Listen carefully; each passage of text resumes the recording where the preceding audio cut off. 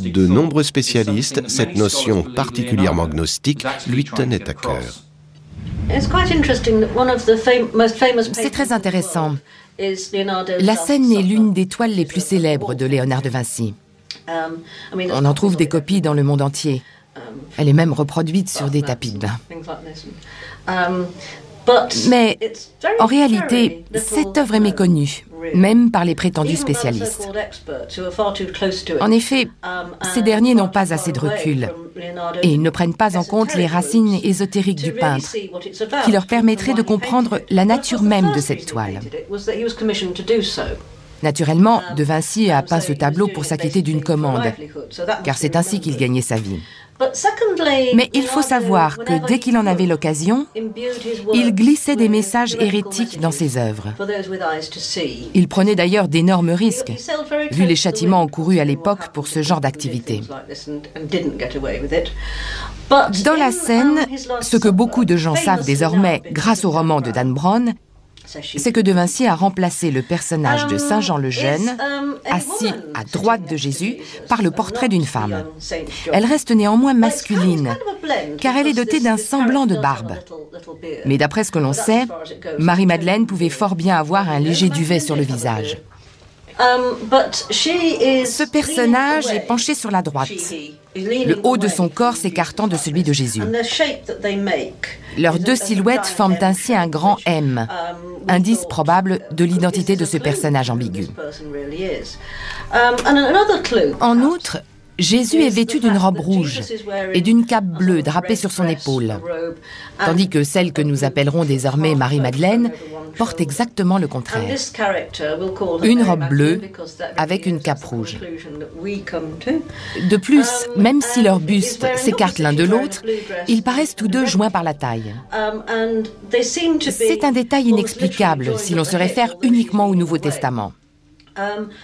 Mais de nombreux textes hérétiques, et donc interdits, disent clairement que Jésus et Marie-Madeleine étaient amants. Contrairement à ce que Dan Brown et d'autres prétendent, ils n'étaient pas mariés, mais très certainement unis par une sorte de rite sexuel sacré. Étaient-ils amants au sens ordinaire du terme? Nul ne le sait vraiment. Quoi qu'il en soit, la scène recèle de nombreux détails que la plupart des gens ne remarquent pas. On aperçoit par exemple une main armée d'une dague pointée en direction du ventre d'un des convives. Un soi-disant expert international de Léonard de Vinci prétend qu'il s'agit de la main de je ne sais plus quel apôtre. Mais il aurait fallu que ce disciple soit aussi un véritable contorsionniste. Or, un homme ne se contorsionne pas quand il veut empoignarder un autre. C'est fascinant, car personne ne remarque cette main ni cette dague. À nos yeux, ça illustre parfaitement la manière dont les gens contemplent les œuvres dites sacrées. Ils ne voient pas ce détail, car il ne correspond pas à leur idée préconçue de la toile. Il existe encore d'autres éléments intéressants dans la scène. Par exemple, De Vinci s'y est représenté sous les traits de Saint Jude, qui tourne résolument le dos à Jésus. D'autre part, l'un des apôtres situé à gauche du Christ brandit son index levé devant son visage, reproduisant le célèbre geste de Saint Jean-Baptiste, comme s'il voulait dire à Jésus « Souviens-toi de Jean le Baptiste ». Par ce geste, De Vinci parvient à évoquer le saint homme dans un contexte dont il était absent à l'origine.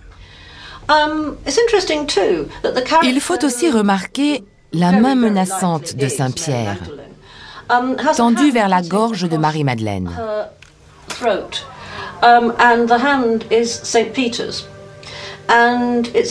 Or, d'après les évangiles apocryphes, qui circulaient sans doute à l'époque de Léonard de Vinci, par l'intermédiaire de sociétés secrètes, il est évident que Pierre et Marie-Madeleine se haïssaient cordialement. En gros, Pierre la détestait parce qu'elle avait de l'influence sur Jésus.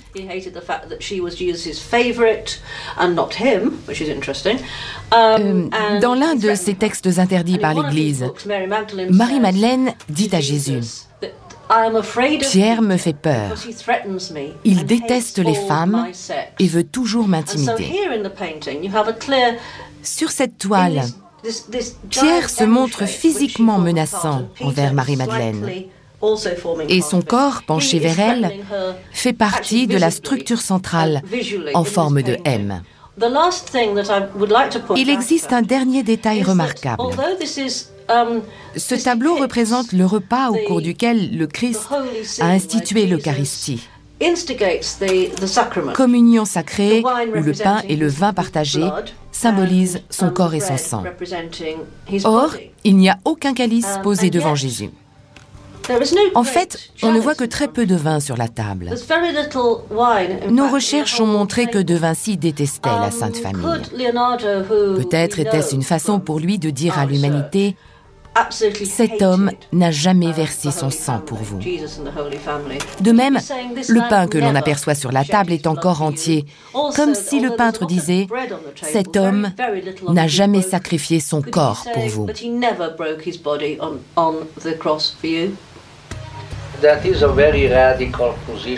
Il s'agit là d'une théorie très extrême. D'après ce que je sais, les Mandéens étaient les seuls qui tenaient ce genre de discours. Or, cette secte n'était pas chrétienne, même si ses membres se faisaient appeler les chrétiens de Saint-Jean, pour passer inaperçus aux yeux des croisés et des autres chrétiens. Quant aux groupes ésotériques chrétiens, ils ne prétendaient sans doute pas que Jésus avait usurpé le rôle messianique, au détriment de Jean le Baptiste. Il disait plutôt qu'il y avait eu plusieurs messagers de Dieu, plusieurs messies au cours de l'histoire, et pas seulement Jésus, le Fils de Dieu. Selon eux, Jean le Baptiste était l'un de ces messies, et Jésus en était simplement un autre. Ce sont en fait les disciples de ce dernier qui auraient voulu déprécier le rôle de Saint Jean-Baptiste, en affirmant qu'il était indigne de lasser les sandales de l'élu. Il se serait donc efforcé de minimiser son importance au sein de l'Église, d'où les injustices et les erreurs qui ont suivi. Certains prétendent aussi que d'autres messies pourraient venir sur Terre dans un avenir plus ou moins proche, plus ou moins lointain. La venue de messagers de Dieu est un thème récurrent dans l'histoire, ce qui, naturellement, d'un point de vue orthodoxe, porte atteinte à la gloire de Jésus-Christ, car il est censé être unique. C'est effectivement l'un des préceptes de la tradition monothéiste.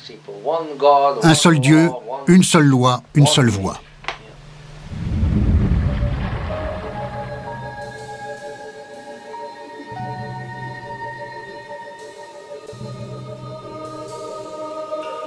Dans le roman Da Vinci Code, les personnages Robert Langdon, Sophie Neveu et Lee Tibbing visitent Temple Church à Londres. Située entre Fleet Street et la Tamise, cette église du XIIe siècle est aujourd'hui encore utilisée comme lieu de culte. Elle fut construite par les chevaliers de l'ordre du Temple sur un site choisi par leur premier grand maître, Hugues de Payens. L'édifice est constitué de deux parties distinctes. Une chapelle circulaire, aussi appelée rotonde, et une annexe rectangulaire faisant office de chœur. Conformément aux traditions des Templiers, la chapelle circulaire reproduit l'architecture de l'église du Saint-Sépulcre de Jérusalem. Elle fut consacrée le 10 février 1185 par Héraclius, patriarche de Jérusalem. On suppose que le roi Henri II d'Angleterre assista lui aussi à cette cérémonie. La partie circulaire de Temple Church renferme les caractéristiques les plus étonnantes de l'église. Ainsi, comme le décrit Da Vinci Code, cette chapelle abrite les effigies en marbre de 9 chevaliers allongés sur le sol. Grâce à un indice laissé par Jacques Saunière, les personnages du roman arrivent là dans le but de trouver un chevalier qu'un pope enterra. Ils espèrent apprendre ainsi où est caché le Saint Graal. Tout au long de son roman, Dan Brown associe les chevaliers du Temple au Saint Graal et à ce qu'on appelle le trésor du Temple de Jérusalem. L'ordre militaire et religieux des Templiers fut fondé en 1118 quand un chevalier de Champagne nommé Hugues de Payens et ses 8 compagnons de croisade se présentèrent au roi Baudouin II de Jérusalem et firent le serment de protéger les pèlerins qui voyageaient en Terre Sainte. Ils demandèrent à établir leur quartier sur le mont du Temple. Finalement, ils passèrent plus de temps à y faire des fouilles souterraines qu'à escorter les pèlerins. L'Église récompensa pourtant les Templiers pour leur fait d'armes en les exonérant de tout impôt ecclésiastique, ce qui leur permit de recruter davantage de chevaliers et de devenir extraordinairement riches et puissants. En plus de posséder des terres immenses et de diriger une vaste flotte, ils devinrent bientôt les premiers créanciers d'Europe. Cependant, l'ordre des Templiers avait aussi la réputation de pratiquer des rites secrets, ce qui permit finalement à leurs ennemis de les accuser d'hérésie. Ainsi, le roi Philippe IV de France, qui enviait leurs richesses et craignait leur pouvoir, décida de les supprimer avec l'aide du pape Clément V, convaincu pour sa part que les chevaliers voulaient anéantir l'Église. Le vendredi 13 octobre 1307, un nombre considérable de chevaliers du Temple furent arrêtés en France. Les confessions obtenues sous la torture, les procès iniques et les exécutions qui s'ensuivirent donnèrent naissance à la superstition qui entoure aujourd'hui encore le vendredi 13. Malgré les efforts du roi pour décimer les Templiers et malgré la dissolution de l'ordre du Temple proclamée par le pape, un petit nombre de survivants seraient parvenus à s'enfuir en emportant une partie de leur légendaire trésor jusqu'en Écosse.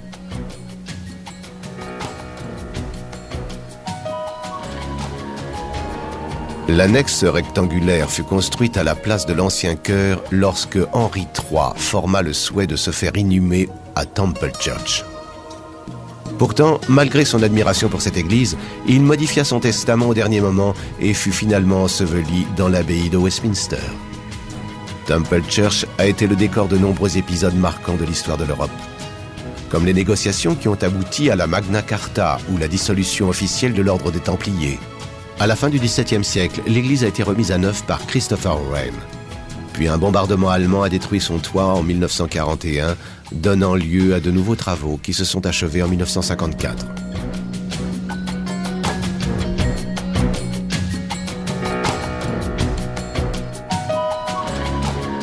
C'est finalement devant la tombe d'Isaac Newton, dans l'abbaye de Westminster, que Robert Langdon et Sophie Neveu se retrouvent avant un ultime face-à-face avec Lee Tibing.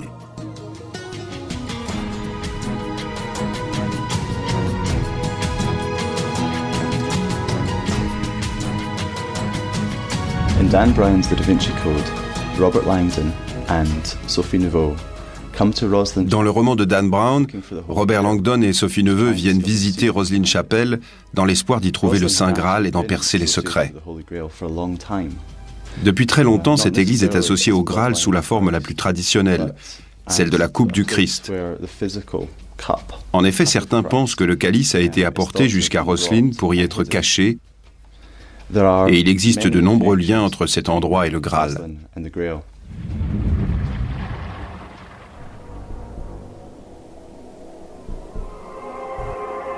Édimbourg, la capitale de l'Écosse, est une ville chargée d'histoire et d'innombrables légendes.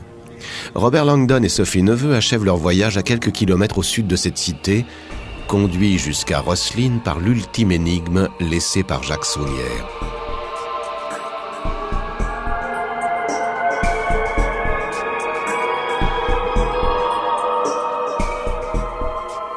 Fondée en 1446 par le comte William Sinclair, Roslyn Chapel est désormais protégée par une structure en acier depuis laquelle les visiteurs peuvent admirer l'église. Celle-ci demeure inachevée car après la mort du comte en 1484, son fils Oliver fit poser un toit sur l'édifice mais ne termina jamais l'œuvre de son père. Les ruines du château surplombent le vallon de Roslyn. C'est un lieu peuplé de fantômes, où passaient les chevaliers en armure, montés sur leurs fiers destriers, tandis que les damoiselles les admiraient du haut des remparts.